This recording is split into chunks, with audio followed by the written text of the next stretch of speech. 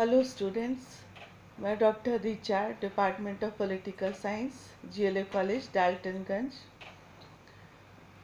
BA semester 2 का paper 3 में जो पेपर का नाम ही है Indian national movement and constitutional development, इसमें चैप्टर है Gandhian phase non cooperation movement, अर्थात गांधीवादी युग का असहयोग आंदोलन। तो आज हम इसकी चर्चा करेंगे कि गांधी फेज जो शुरू होता है इंडियन फ्रीडम स्ट्रगल में, वो नॉन कोऑपरेशन मूवमेंट या असहयोग आंदोलन के साथ ही शुरू होता है। हम ऐसा इसलिए कह रहे हैं क्योंकि इससे पहले गांधी जी राजभक्त थे, यानी ब्रिटिश सरकार के स्वामी भक्त थे। अब हम ये जो कोटेशन देख रहे हैं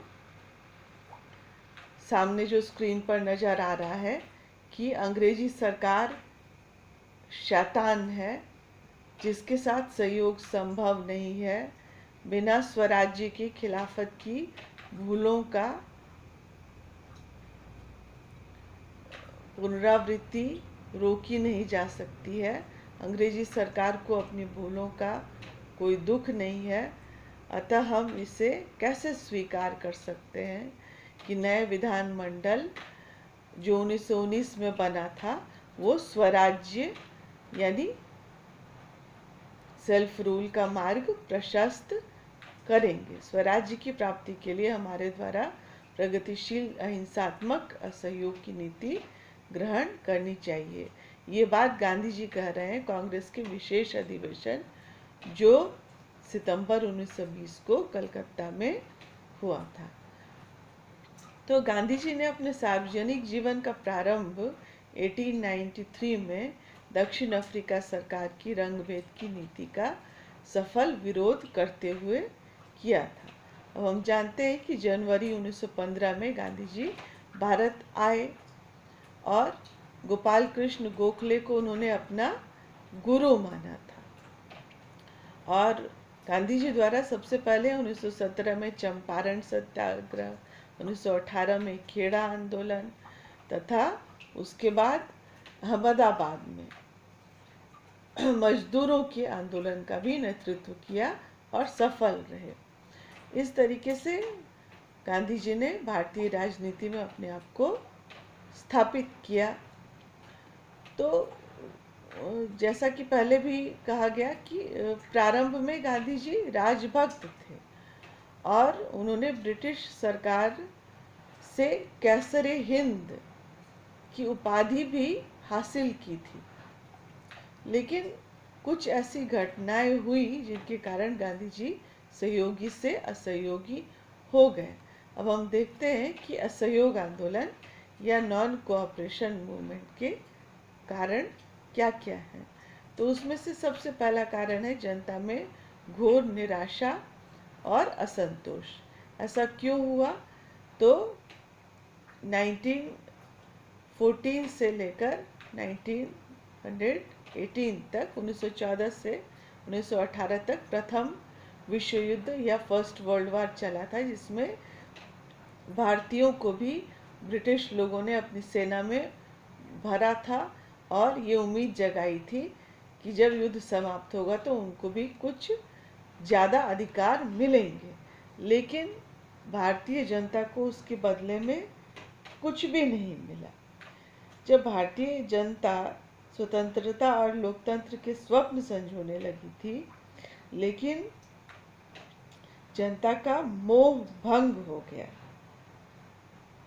और जितनी तेजी से युद्ध के समय भर्ती की गई थी भारतीय जनता की, युद्ध समाप्ति के बाद उतनी ही तेजी से लोगों को सेना से निकाल भी दिया गया। तो इससे हजारों लोग बेरोजगार हो गए और जनता ने अनुभव किया कि यह सरकार घोर स्वार्थी है। फिर असहयोग आंदोलन का दूसरा कारण है रॉलेट एक्ट। ब्रिटिश सरकार युद्ध काल के बाद भी आतंकवादी तत्वों पर नियंत्रण रखने के लिए रॉलेट एक्ट लेकर के आई और भारत के सभी वर्गों के विरोध के बावजूद रॉलेट कमेटी की रिपोर्ट को कानूनी रूप देते हुए रॉलेट एक्ट बनाया गया, जिसके द्वारा किसी भी व्यक्ति को गिरफ्तार करके मनमाने समय तक नजरबंद करके रखा जा सकता था। और 18 मार्च 1919 को रॉलेट एक्ट पारित हुआ, जिसने मोतीलाल नेहरू के शब्दों में अपील, वकील और दलील की व्यवस्था को ही खत्म कर दिया। फिर असहयोग आंदोलन या नॉन कोऑपरेशन मूवमेंट का तीसरा कारण है जालियांवाला बाग हत्याकांड या उस समय की जो जनरल डायर की क्रूर नीति भी इसको कह सकते हैं। तो रॉलेट एक्ट के विरुद्ध ही सत्याग्रह शुरू हुआ था और ये बढ़ते बढ़ते पूरे देश में फैल गया। तो पंजाब में दो प्रसिद्ध नेताओं सत्यपाल और डॉक्टर किचलू को नज़रबंद कर दिया गया था, जिसके विरुद्ध वहाँ की जनता बिल्कुल आक्रोश में आ गई और 13 अप्रैल 1919 को अमृतसर के जलियांवाला बाग में एक सार्वजनिक सभा हुई थी। अब उस समय मेजर जनरल जो है डायर था, जनरल डायर, उसने जो है खुलेआम गोली चलाई और अनावश्यक रूप से अंधाधुंध गोली की वर्षा की गई थी, जिसके परिणाम स्वरूप 800 लोग मारे गए और 2000 लोग घायल हो गए। इस हत्याकांड का उद्देश्य सारे पंजाब में आतंक को फैलाना था। तो इसके विरुद्ध जनता में बहुत आक्रोश हुआ। इसका परिणाम क्या हुआ? हत्याकांड का प्रभाव जो हम 4th पॉइंट देख रहे हैं कि इस दुर्घटना ने लोगों को इतना विचलित किया कि रविन्द्रनाथ टैगोर ने अपना सर का खिताब जो अंग्रेजों ने ही दिया था उसको लौटा दिया और वायसराय की कार्यकारिणी के सदस्य शंकरन नायर ने मार्शल लॉ जारी रखने के विरोध में कार्यकारिणी से भी इस्तीफा दे दिया था।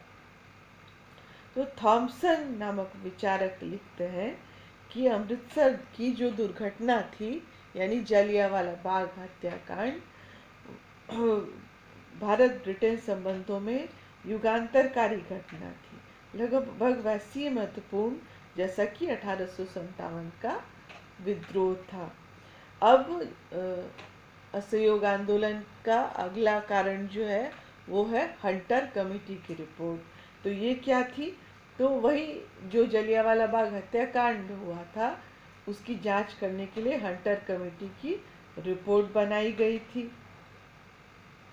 यानी कि हंटर कमेटी बनाई गई थी जिसने रिपोर्ट दिया था और जनरल डायर को ब्रिटिश साम्राज्य का रक्षक कहा था। अब इसका नतीजा क्या हुआ कि भारतीयों में और ज़्यादा गुस्सा आ गया, क्योंकि जनरल डायर को ऐसा कहना क्या था?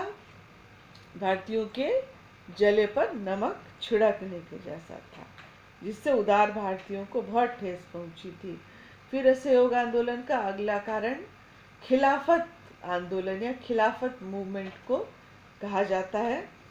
अब जो फर्स्ट वर्ल्ड वॉर या प्रथम विश्व युद्ध हुआ था उसमें ब्रिटिश सरकार के द्वारा भारत के मुसलमानों को टर्की के सुल्तान की स्थिति बनाए रखने के संबंध में कुछ आश्वासन दिया गया था, लेकिन युद्ध के बाद ब्रिटेन ने टर्की के साथ जो सेवर्स की संधि की उसके द्वारा इन आश्वासनों को भंग कर दिया गया। अब क्या हुआ कि इस संधि के द्वारा टर्की के सुल्तान के सभी अधिकार छीन लिए गए। इससे टर्की के सुल्तान को अपना खलीफा धर्म गुरु मानने वाले भारतीय मुसलमान ब्रिटिश शासन के विरुद्ध हो गए और आंदोलन करना चाह रहे थे, और उन्होंने खिलाफत आंदोलन, जिसका मतलब है खलीफा की सत्ता की पुनर्स्थापना का आंदोलन शुरू कर दिया। तो गांधी जी ने खिलाफत आंदोलन का समर्थन किया और हिंदू मुस्लिम एकता के आधार पर ब्रिटिश सरकार के विरुद्ध असहयोग आंदोलन करने का निश्चय किया। यानी कि असहयोग आंदोलन में मुसलमानों के खिलाफत आंदोलन को भी जोड़ लिया।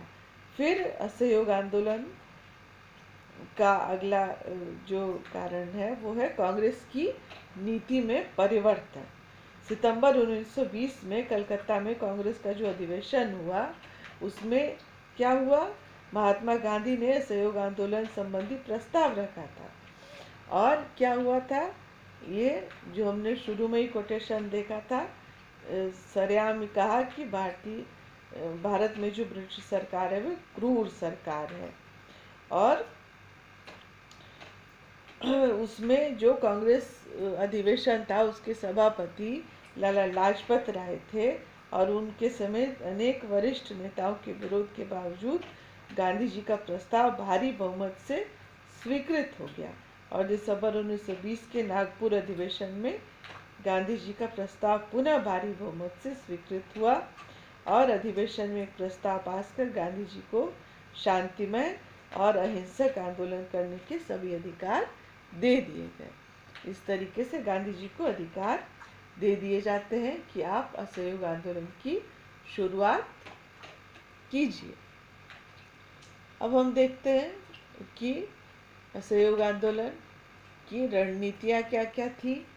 तो उसमें रणनीतियाँ यही थी कि सरकारी तथा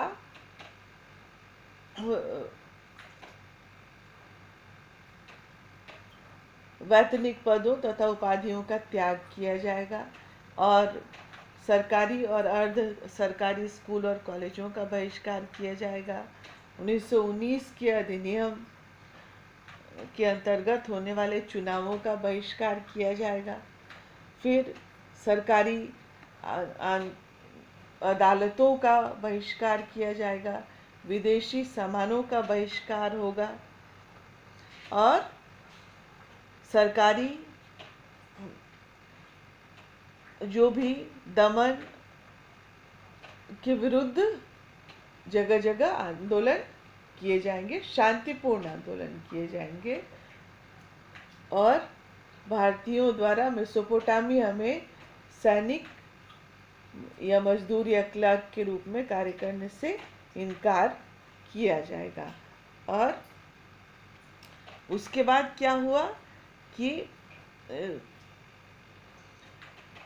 पूरे देश में असहयोग आंदोलन चलने लगा, और प्रिंस ऑफ वेल्स जब 17 नवंबर 1921 को बम्बई पहुंचे, प्रिंस ऑफ वेल्स जो ब्रिटेन के इंग्लैंड के राजकुमार थे, तो उनका स्वागत कैसे किया गया, हड़ताल और विरोध प्रदर्शनों से किया गया। यानी कि पहले से ही योजना बना ली गई थी कि जब प्रिंस ऑफ वेल्स भारत आएंगे तो उस दिन देशव्यापी हड़ताल रहेगी और जगह जगह विरोध प्रदर्शन किया जाएगा। तो ये आंदोलन बहुत सफलतापूर्वक चल रहा था। लेकिन चौरी चौरा कांड जो गोरखपुर में है, चौरी चौरा नामक गांव, वहाँ पर 5 फरवरी 1922 को एक हिंसक घटना हो गई। लोगों ने आक्रोशित होकर के थाने में आग लगा दी थी, जिससे 21 सिपाही जलकर मर गए थे। तो शांतिप्रिय गांधी जी इससे बहुत विचलित हो गए और उन्होंने उस समय आंदोलन को तत्काल समाप्त कर दिया, क्योंकि आंदोलन हिंसक हो रहा था। इसके लिए गांधी जी की बहुत आलोचना भी की गई कि ये जो है बहुत सफल हो रहा था आंदोलन, तो इसको समाप्त क्यों किया गया। इसके बावजूद आलोचना सहते हुए भी गांधी जी ने इसको समाप्त किया, और 10 मार्च 1922 को गांधी जी को गिरफ्तार भी कर लिया गया और उन्हें मुकदमा चलाकर 6 वर्ष की सजा दी गई। तो इस आंदोलन का महत्व तो है ही कि इसने राष्ट्रीय आंदोलन को एक जन आंदोलन का रूप पहली बार प्रदान किया था। इस आंदोलन के संबंध में कूपलैंड का कहना था कि गांधी जी ने यह काम किया जो तिलक भी नहीं कर सके थे, और उन्होंने राष्ट्रीय आंदोलन को एक क्रांतिकारी आंदोलन में परिवर्तित कर दिया। उन्होंने स्वतंत्रता के लक्ष्य की ओर बढ़ना सिखाया। उन्होंने राष्ट्रीय आंदोलन को क्रांतिकारी ही नहीं बल्कि जनप्रिय भी बनाया। अभी वह नगरों के बुद्धिजीवी वर्ग तक ही सीमित था, लेकिन अब वह गांव की जनता तक भी पहुंच गया। अब इसके द्वारा यानी नॉन कोऑपरेशन मूवमेंट या असहयोग आंदोलन के द्वारा साधारण जनता को भी निर्भीकता यानी साहस आ गया। उससे पहले जनता सरकार का विरोध करने से घबराती थी और जेलों से डरती थी, लेकिन असहयोग आंदोलन के बाद जनता निर्भीक हो गई और सरकार के विरुद्ध विद्रोह करने से डरने नहीं लगी। तो उसके बाद बच्चे बच्चे के मुंह से स्वराज्य का शब्द सुनाई देने लगा। इस प्रकार नॉन कोऑपरेशन मूवमेंट का जो दूरगामी परिणाम था वो बहुत सकारात्मक रहा। Thank you.